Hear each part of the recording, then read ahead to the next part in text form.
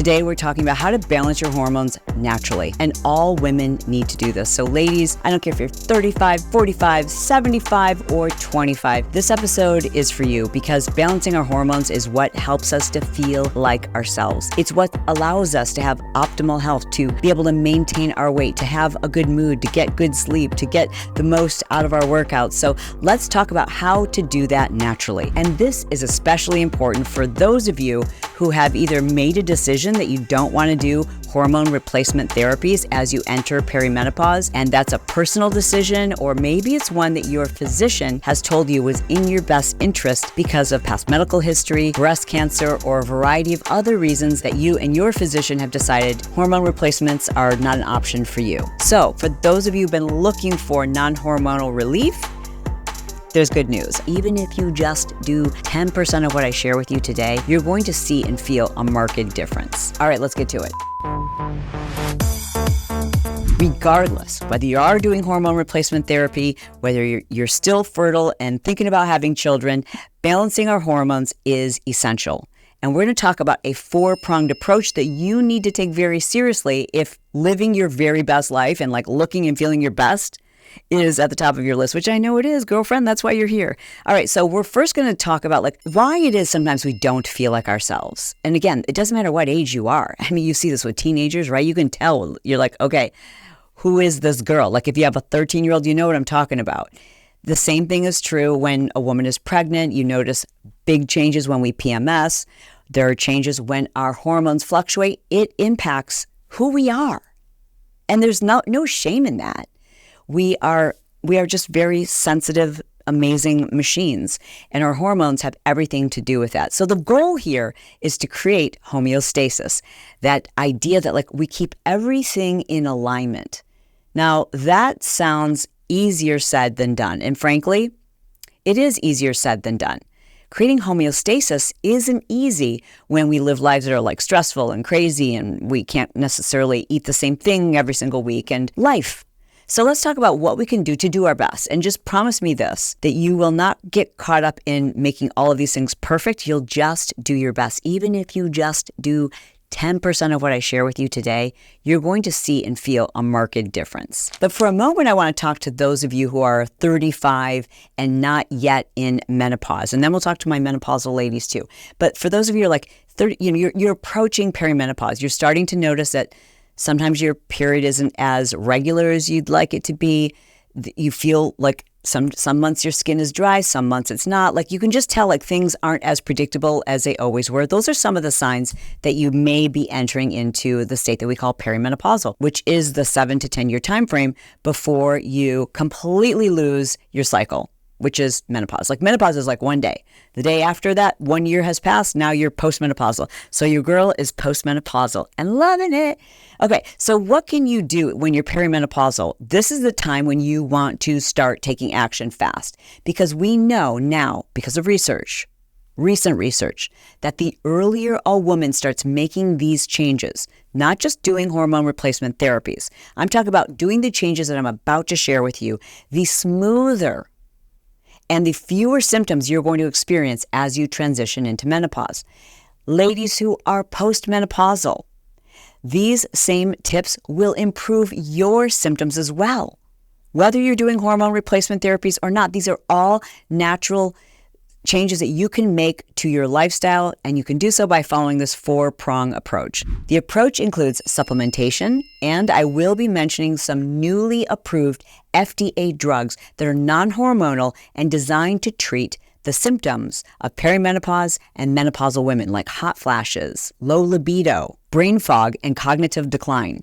The second approach is refining the way you exercise. The third approach is making some really basic lifestyle changes. And the fourth and final approach is by making some modifications to your nutrition. Let's start with supplementation. Let's face it, even if you're eating a perfect diet, and you know that person who probably is, even if you were to monitor or take like their blood levels, I guarantee that they are going to be deficient in some pretty important vitamins and minerals.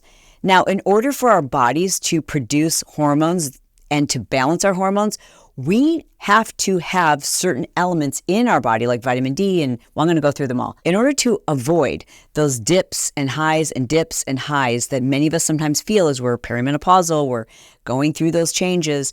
The body needs to send chemical reactions to the brain, specifically to the hypothalamus. And if you're deficient in some of these essential vitamins and minerals, your body won't produce hormones the way it's supposed to. It puts everything out of whack. The number one supplement that almost every woman needs to be taking, in my professional opinion, is magnesium. Actually, I need to say this before I go much further. When we're talking about supplements are in many cases just as potent as taking an FDA approved drug. And for that reason, it is essential that you're taking this information in from me, but that doesn't mean that you should automatically take it. You definitely want to work with your general practitioner or a doctor who specializes in the treatment of perimenopause and menopausal women, a doctor who specializes in longevity, a doctor who specializes in hormones. And those doctors can treat even those of you who are like, I want to do this naturally. But it is important that you check with your physician because some supplements can counteract and interact with other medications you're taking in certain conditions. So please err on the side of caution and double check with your doctor first. All right, magnesium is responsible for over 300 different chemical reactions in the body.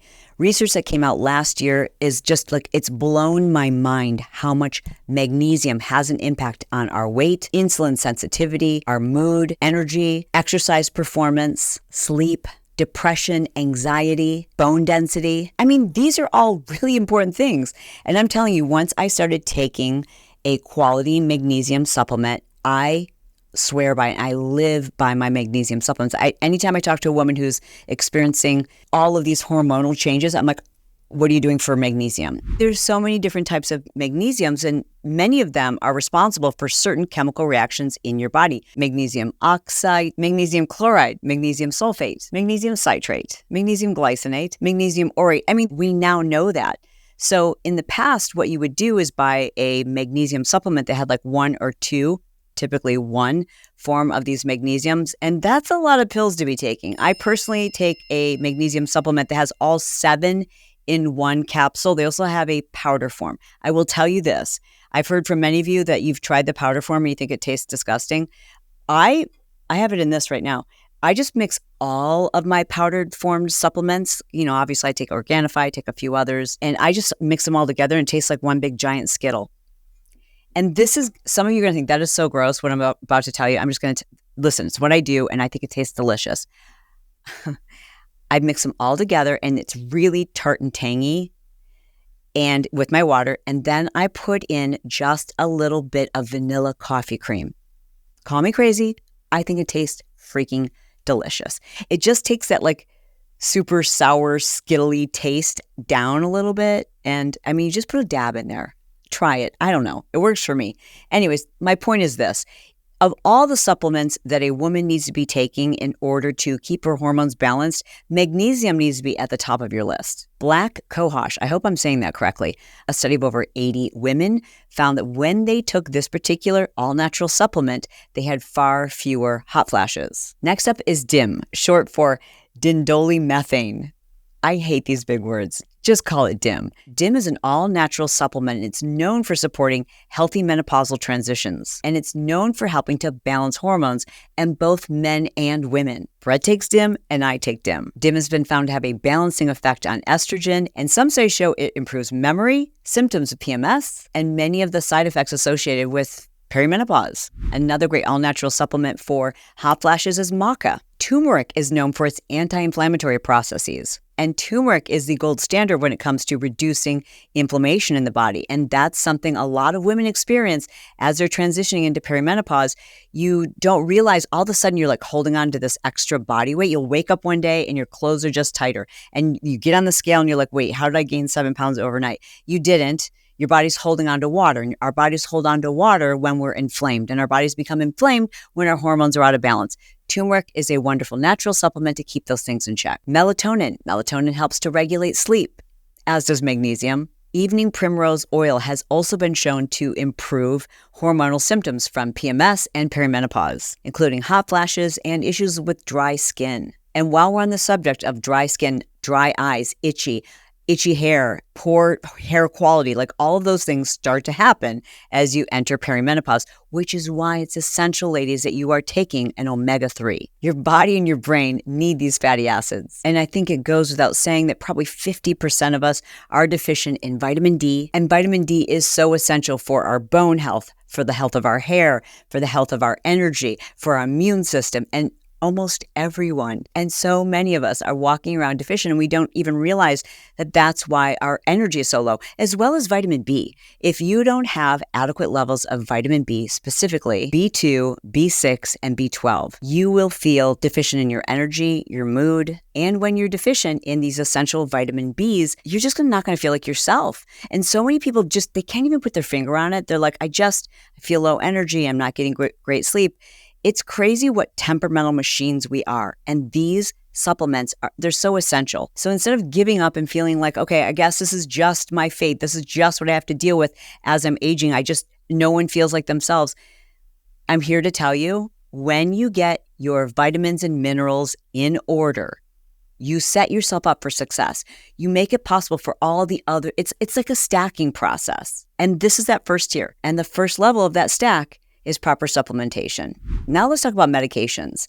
For those of you, again, who are not interested in doing hormone replacement therapy for whatever reason, you've made an informed decision, I'm here to be your older, bigger sister. I'm here to encourage you to look further. Even if you've been told in the past by your general practitioner or even your oncologist that you're not a good candidate for hormone replacement therapy, I just encourage you to dig a little further and make sure that's actually true for you, because there are so many long-term benefits if you are a candidate. And for those of you who just decided for whatever reason that's not for you, listen, it's your body, it's your decision. I support you. I just want to make sure that you are really well informed and you know all your options. However, for those of you who've decided not to go that route and you're experiencing just debilitating symptoms, the FDA just approved last month a new non-hormonal drug for the treatment of many of the symptoms menopausal women or perimenopausal women experience, including low libido. And here's a clip from Dr. Heather Hirsch explaining this new FDA-approved drug. The first medication is called Addyi, or flibanserin is its brand name. This is a really great medication that is FDA approved to treat hypoactive sexual desire disorder, which is low libido that is bothersome and frustrating to the patient. Now, this is a once daily oral medication, and it is a dopamine agonist, which means it releases a little bit of dopamine in your brain. And dopamine is a great reward hormone for doing things like sex and other things that are fun, like loud music, dancing on tabletops, eating chocolate. You get it. And finally, there's a medication called Vyleesi, or bromelansitide, and this is an as-needed injectable. And it's great because it can be used before date night. So for women who don't want to use a medication every day, or for women who are on multiple medications and don't want to add to their medication burden, this can be a great way to boost your libido on an as-needed basis. There's also a class of drug, the NK3R agonist drug, that has been FDA approved to relieve women of their symptoms of hot flashes. So for those of you who've been looking for non-hormonal relief, there's good news. And I will link to both of those studies and more information for you below in our show notes. Moving on to our second approach. Like if we're stacking these approaches,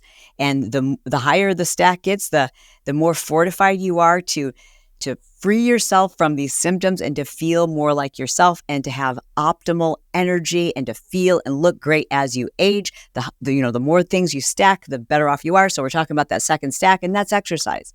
And maybe you're someone who's always exercised, but what you were doing maybe in your 20s and 30s, your body doesn't respond to it the same way. Now, your worst enemy is stress, and exercise in and of itself can be a stress. So for those of you who love long distance running or high interval intensity training like HIIT workouts, those are not your best workouts today, not as you're entering perimenopause and menopause, because those workouts produce oxidative stress. They place the body under stress, and that's a good thing to some extent. But now, because our bodies are already under so much stress, because our bodies are producing less estrogen and our bodies are starting to rely on our adrenals, it's just too much. So my recommendation to you is to, if you haven't already, I want you to check out the episode that I did about walking and strength training. These are my two go-to workouts. I recommend them for any woman who's dealing with perimenopausal symptoms. Switch to zone 2 cardio and heavy strength training. I'm telling you, your life will change. Your body will change. Your metabolism will change. Your hormones will begin to balance. You will send me a thank you card. You will send me a Christmas gift. You will be like, Chalene, oh my God, why was I beating my body up? Why was I just trying to double down and work out harder and work out longer? No, it's time to be a kinder, gentler owner of your body. It's time to put muscle in your body. Muscle, my friend, is the fountain of youth. It gives you shape. It reduces the appearance of cellulite. It makes you feel strong. It improves your mood. It improves your libido. It increases your testosterone. It helps you keep your hormones in balance. And these types of workouts, specifically zone 2 working out, meaning cardio is your zone 2, that is going to help you reduce stress. And the less stress you have, the smaller your body, the tighter your body, the healthier you become, the more balanced your hormones. And the third approach that we're going to stack is your lifestyle. And again, I have to start with stress. And I know there's a lot of stress that we just like, what am I supposed to do about it? Like, these people are in my life and they're super stressful. What am I supposed to do about it? Or like, this is my job and it's stressful. What am I supposed to do about it? Like, there's certain seasons we go through where it's like, yeah, I know I'm supposed to reduce my stress, but like, what am I supposed to do? This is life. A lot of this is approach, number one. And number two, it's you making a decision about what it is you're focused on. You know what I'm talking about. Maybe you don't. I mean, I have friends every once in a while, I'm like, do you hear yourself? Do you hear what it is you're choosing to focus on? We have a choice every single day. We can choose every single moment. We can't decide what's going to happen to us, but we can decide how we're going to respond to it, how we're going to react to it, and choose what it is we decide to focus on. Like, in fact, even today, as I was getting ready, I had like a sleeveless shirt on, and I don't know what I was doing, but I was like moving my arms. And I was like, wow, that skin is like really crepey. You know what I did? I don't know if this is right or wrong, but like, it works for me. I said, don't look at it. You know what I decided to do? I started looking at my shoulders. My shoulders look freaking amazing, if I do say so myself. I chose to focus on my shoulders and not this like weird crepey skin that's like right here that my grandmother gave me. Like, I'm just not going to look at it. I choose to focus on the things that I think are beautiful instead of focusing on the things that I'm like, oh yeah, that's not exactly what I want it to be. Focus on the things that make you happy. Focus on the things that are a blessing. Focus on the things that you're proud of. And I don't just mean about your body. I mean in your whole life. Think about the things you're grateful for. Focus on those things. That's the first lifestyle approach that I want you to make. The second lifestyle approach that's going to make a really big difference is limiting your exposure to toxins. This means toxic products. This means alcohol. This means smoking. This means processed foods. It's limiting yourself to toxic people. These are all things that will improve your lifestyle. Improve your lifestyle by becoming a more active person, by burning more calories in the form of NEAT, non-exercise activity thermogenics. This is like, it's just being a more active person. Like right now, I don't know if you guys realize this, but I used to record my podcast, for those of you who are watching it, I used to record it sitting down. And then I realized, just from doing some research, you burn twice as many calories just standing as you do sitting. So why wouldn't I do something as simple as that? Like just standing, learning to squat and lift. And I don't mean like exercising, but like literally squatting down to pick something up instead of bending over. Those kinds of things are a lifestyle approach. A lifestyle approach is anything that reduces the stress that you're experiencing, like improving your sleep, finding ways to improve your sleep. And I've done quite a few episodes where we've talked about sleep hygiene and how you can improve your bedtime routine, how to change the environment that you're sleeping in so that you get quality sleep. Tracking your sleep. I use an Oura Ring. Tracking my sleep, it's crazy how that's gamified things for me. Like before I'd be like, I think I got good sleep. But now I have a number and I have to look at the number. I'm going to put it up on the screen here. And I look at that number and I can see, look, here's a night. This is specifically a night where I did not take my sleep supplements. You guys know I take magnesium that helps me with my sleep. And I also take a melatonin supplement. Here's a night where I didn't take either of them. And here's a night where I did. Look at the difference. Like, gamify your sleep. These are ways you can improve your overall lifestyle. And then lastly, when it comes to lifestyle, community. the worst thing you can do for your overall hormone health is to isolate.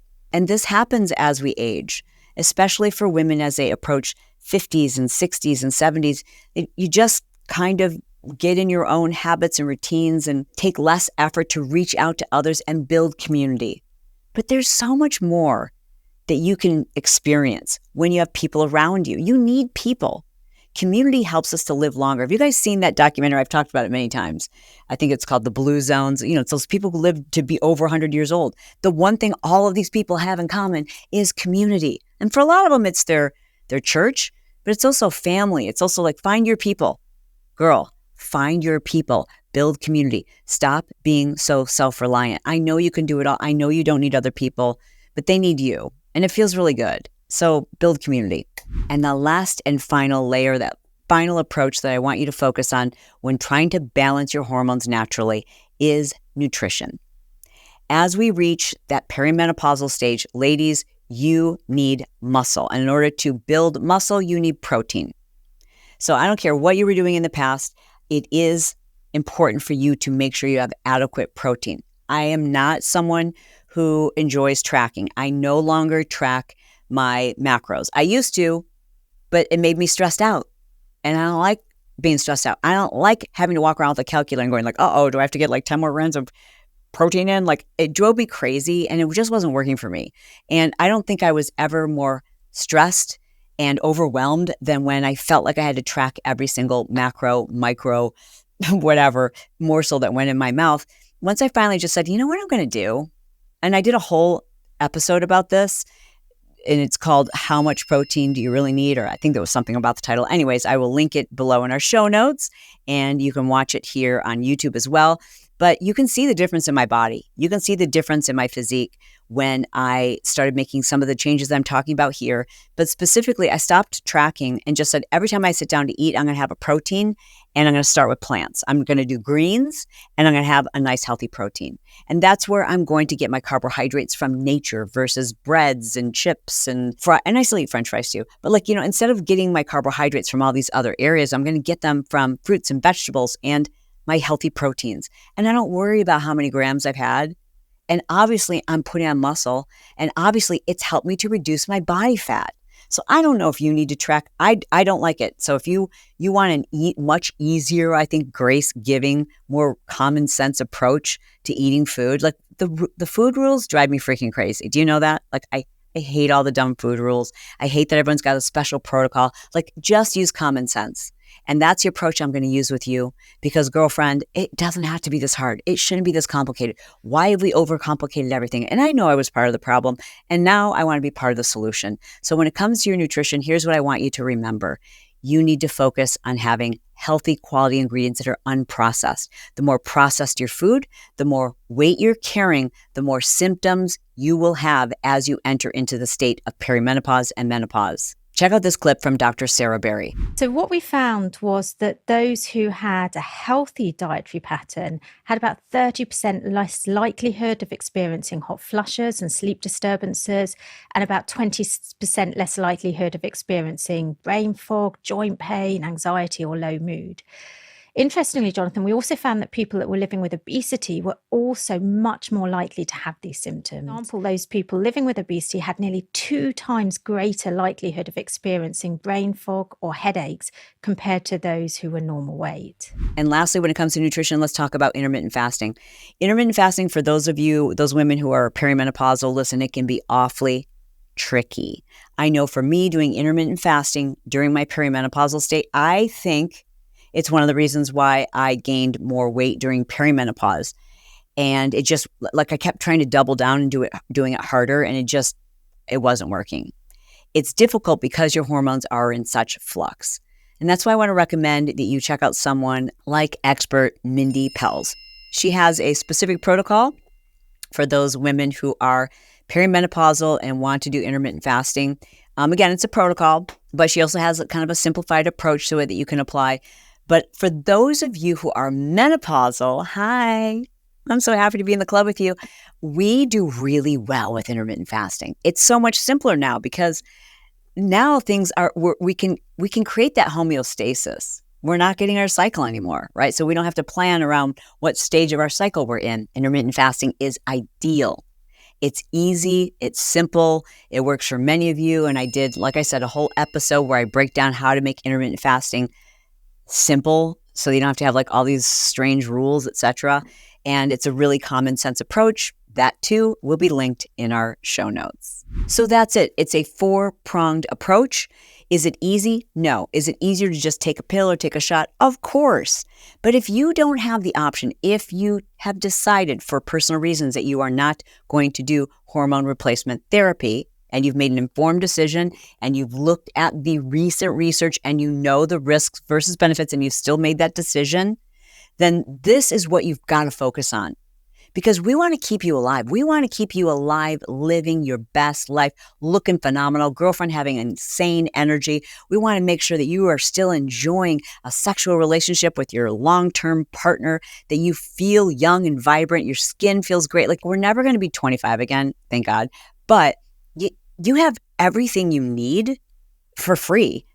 It's lifestyle stuff, right? Like, you can make these changes today. Even if you are doing hormone replacement, like, all of these things are going to make you live longer. They're going to make you feel better. They're going to give you optimal longevity. And ultimately, that's what I want to help you do. I just want to help you continue to look and feel freaking amazing, or improve what it is you're not feeling today, so that you know that that's a possibility. You can change who you are tomorrow.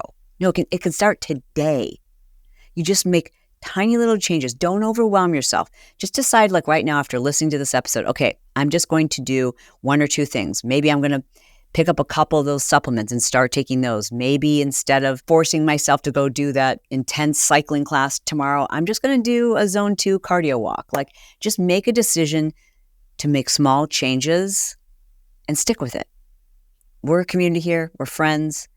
Drop a comment below and let me know what you're going to do this week. What one change you're going to make this week. And comment on somebody else. If you're watching on YouTube, comment underneath what someone else says they're going to do, because this is where community starts, right? And we can connect with each other. I also would encourage you to join our Facebook group. There, it's called the Pod Squad, and we can connect there. And for those of you who are on Patreon, you can comment wherever it's comfortable for you. I just want you to know that community is all around you. Look for like-minded people and you will find them. Like, I bet we would be best friends in real life, right? You can call me your internet bestie, your podcasting bestie. I would love that. We'll get necklaces like BFF, right? And then you'll wear one, I'll wear the other. Something like that. Listen, I love you. I mean it. And I'll talk to you soon. Love you. Bye.